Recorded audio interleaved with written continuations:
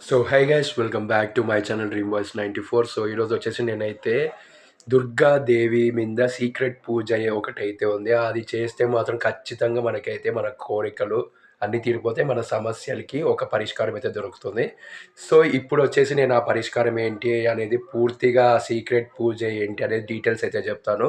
So చివరి వరకు చూడండి, ఎక్కడ స్కిప్ చేయొద్దండి. ఖచ్చితంగా వీడియోని లైక్ చేయండి, మన ఛానల్ సబ్స్క్రైబ్ చేసుకొని బెల్ ఐకాన్ క్లిక్ చేసి ఆల్లో పెట్టుకోండి.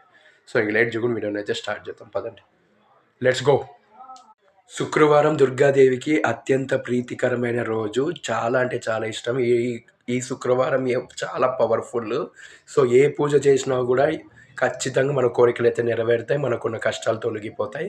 సో ఖచ్చితంగా ప్రతి ఒక్కరు ఎన్ని కష్టాలున్నా కూడా ఖచ్చితంగా పూజ అయితే చేయండి. దుర్గాదేవిని ఆరాధించండి. ఖచ్చితంగా మీకైతే ఉన్న కోరికలన్నీ తీరుతాయి. కష్టాలన్నీ తొలగిపోతాయి. సంతోషాలు మన లైఫ్‌లోకి వచ్చేస్తాయి. సో గైస్ ఈ పూజ వచ్చేసి మనం ఎప్పుడెప్పుడు చేయాలి అంటే ఖచ్చితంగా 5:30 నుంచి 7:30 మధ్యలో అయితే చేయాలి పొద్దున. అండ్ నైట్ వచ్చేసి 9 పీఎంకి కూడా చాలా పవర్ఫుల్ అంట. సో ఈ 2 టైమింగ్స్ లేదా ఈ 9 పీఎం ఈ 3 టైమింగ్స్‌లో మీరు ఎప్పుడు వీలుంటే అప్పుడైతే చేయండి. కాకపోతే పొద్దున 5:30 నుంచి 7:30 వరకు చేస్తే చాలా మంచిది. బట్ 9 పీఎంకి చేసినామంటే ఇంకా పవర్ఫుల్, డబుల్ పవర్ఫుల్ అది. సో 9కి అయితే చేయడం చాలా మంచిది. సో ఒకసారి ట్రై చేయండి. ఖచ్చితంగా ఈ సీక్రెట్ పూజని మీరందరూ ఖచ్చితంగా చేసుకొని మీకున్న కష్టాలు తొలగించుకోండి. సో గైస్ ముందుగా స్నానం చేసి శుభ్రమైన బట్టలైతే ధరించుకోవాలి. సో గైస్ నెక్స్ట్ వచ్చేసి ఎరుపు లేదా పసుపు రంగు బట్టలైతే యేసుకొని పూజనైతే మొదలు పెట్టాల్సిన అవసరం అయితే 1000% అయితే ఉంది. మర్చిపోకోకుండా ఎరుపు లేదా పసుపు రంగు బట్టలు లేకపోతే ఖచ్చితంగా కొనుక్కొని మాత్రం కంపల్సరీగా ఈ పూజనైతే పూర్తి చేయండి.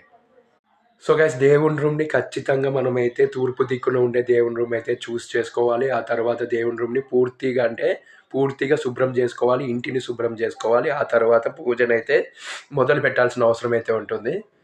సో గైస్ దుర్గాదేవి విగ్రహము లేకపోతే మనకు పటం ఉన్నా గూడా పర్వాలేదు. దుర్గాదేవి ఫోటో లేదా విగ్రహం అయితే ఉండాలి. సో విగ్రహాన్ని లేదా పటాన్ని మనమైతే తూర్పు దిక్కున ఉండే దేవుని రూమ్‌లో ప్లేస్ అయితే చేయాల్సి ఉంటుంది. సో గైస్ దేవత ముందు మనమైతే నెయ్యితో అన్నా, లేకపోతే నువ్వుల నూనెతో అన్నా మనమైతే దీపాన్ని వెలిగించాల్సి ఉంటుంది. గుర్తుపెట్టుకోండి.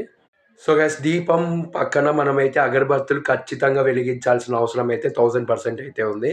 సో ఖచ్చితంగా మీరు ఇందులో నేను చెప్పిన ప్రతి ఒక్కటి పాటించండి. ఆ తర్వాత పూజనైతే కన్ క సక్సెస్‌ఫుల్‌గా కంప్లీట్ చేయండి. అప్పుడే మీకు కష్టాలన్నీ తొలగిపోయి సుఖ సంతోషాలైతే వస్తాయి మీ లైఫ్‌లోకి. ఖచ్చితంగా నేను చెప్పినటువన్నీ పాటించండి. నచ్చితే మాత్రం లైక్ చేయండి and subscribe to my channel.